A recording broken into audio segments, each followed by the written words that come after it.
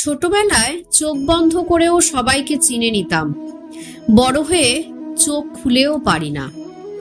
ধৈর্যশীলরা সর্বদা জিতে যায়, সেটা দুনিয়া হোক বা পরকাল, দুই জায়গাতেই। পৃথিবীর সবচাইতে অদ্ভুত মানুষ হয়তো আমরা। নাটক দেখে কান্না করি আর বাস্তবতা দেখে হাসি।